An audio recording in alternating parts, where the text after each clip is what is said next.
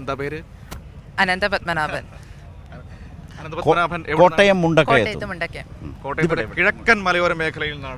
അതാണ് കോട്ടയം മുണ്ടക്കയം എന്നൊക്കെ കേൾക്കുമ്പോഴല്ലോ മനുവിന്റെ കപ്പയും മുളകും പോലെ തന്നെയാ ഒരു പ്രത്യേക ഇതാ. ഞങ്ങളൊരു എന്നാണ് വിശേഷം?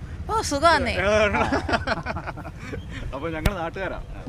ഈ മുണ്ടക്കയത്ത് ഇങ്ങോട്ടേക്ക് എന്താ ഇവിടെ വന്നിട്ട് എന്താണ് ചെയ്യുന്നത്? ഐറ്റം ഏതാണ്, ഇനം ഏതാണെന്നൊക്കെയാണല്ലേ? ഐറ്റം ഞാൻ ഇംഗ്ലീഷ് പ്രസംഗം ഹയർ സെക്കൻഡറി വിഭാഗമാണ് ചെയ്യുന്നത്. തീർന്നു, മനു തീർന്നു. ഇംഗ്ലീഷ് പ്രസംഗം ഹയർ സെക്കൻഡറി വിഭാഗം, ഇത് എല്ലാം രാവിലെ ഉറുദു ഇംഗ്ലീഷ്. അപ്പോ അടിപൊളിയാവട്ടെ. എന്താണ് നമ്മളൊരു വിഷയം അതിനെക്കുറിച്ച് സംസാരിക്കാം.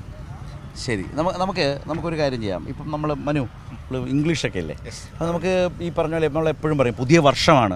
കേൾക്കുന്നുണ്ടല്ലോ അല്ലേ? പുതിയ വർഷമാണ്.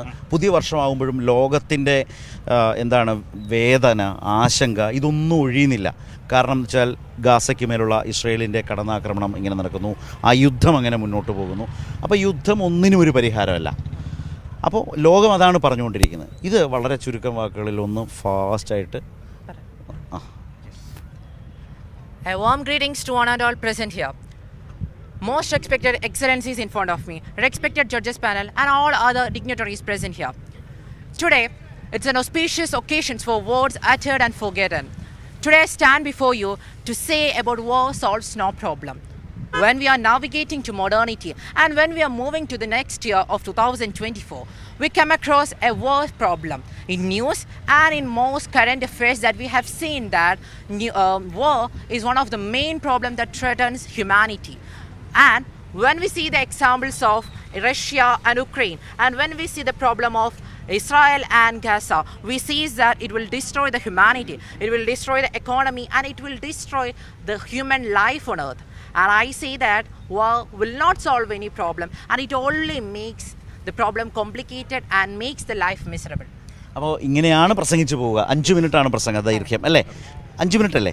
4ാമത്തെ മിനിറ്റിൽ ഒരു ബെല്ല്. അത് മലയാളത്തിലും ഇംഗ്ലീഷിലായാലും നിയമാവലിയൊക്കെ അങ്ങനെ തന്നെയാണ്. പക്ഷേ അനന്തപത്മനാഭൻ എന്നൊക്കെ നമ്മൾ സാധാരണ തിരുവനന്തപുരത്താണ് ഏറ്റവും കൂടുതൽ പറയുന്നത്. സംശയം ഈ മുണ്ടക്കയത്ത് നിന്ന് എങ്ങനെ ഇംഗ്ലീഷ് അല്ല, അതാണ് അതിലേക്ക് തന്നെയാണ് വന്നത്. ഞാൻ ഇതിനു മുമ്പ് CBSE സ്കൂളിലായിരുന്നു. അപ്പം അവിടെ നിന്ന് ഇതിൻ്റെ ഒരു ബേസ് ഉണ്ടായിരുന്നു. ഇപ്പോൾ ഏത് സ്കൂളിലാണ് പഠിക്കുന്നത്? ഇപ്പം ഞാൻ ഗവൺമെൻറ് ഹയർ സെക്കൻഡറി സ്കൂൾ മുരിക്കുമായിരുന്നു. ഞാനതാണ് പറയാൻ വന്നത്.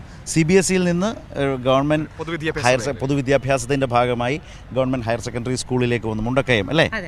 ഓക്കെ, അങ്ങനെ ഒരു വലിയ പ്രത്യേകത കൂടിയുണ്ട്. അങ്ങനെയാണ് കൊല്ലത്ത് ഈ കലോത്സവത്തിൻ്റെ വേദി. ഇത് ആദ്യ തവണയാണോ? ആദ്യത്തെ തവണയാണ് കൊല്ലത്ത് വരുന്നത്. കലോത്സവത്തിന് തന്നെ വരുന്നത്. അത് ശരി.